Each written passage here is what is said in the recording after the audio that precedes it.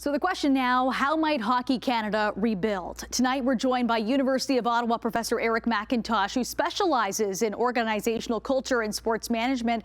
Professor Macintosh, with the news of the CEO and entire board stepping down, has this been a long time coming?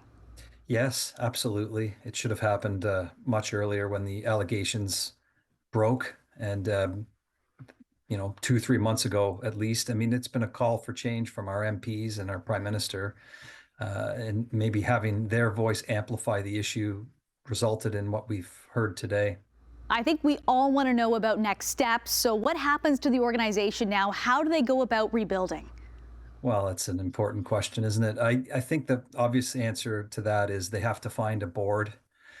They have to find an executive, a board that has diversity, maybe that comes from outside of hockey, even that has governance knowledge, but also, really importantly, institutional knowledge and organizational change, because that's what has to happen.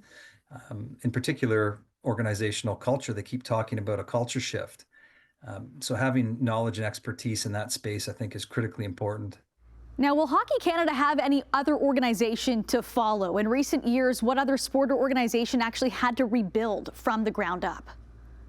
Yeah. Well, listen, I mean, the IOC is not without its scandals and skeletons in the closet. FIFA would be another one with the corruption scandal over a decade ago.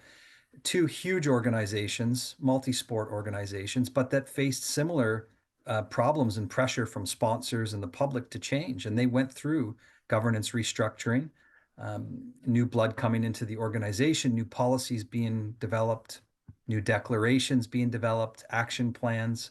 So it's taken years for them to overcome some of the major issues that they faced. And sponsors came back to them. And, speaking of sponsors, from Nike to Canadian Tire to now Bauer Hockey, what might brands be looking for in order to come back on board?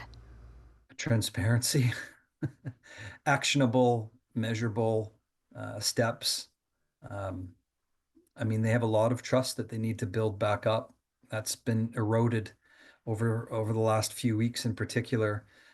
What that might look like, I don't have an exact answer right now, but I think that the key here is to establish credibility once again. And that will take some time, and that will take some public facing about how they're going to enact the change that they want to make. That's Professor Eric Macintosh from the University of Ottawa. Thank you for joining us tonight. My pleasure. You're welcome.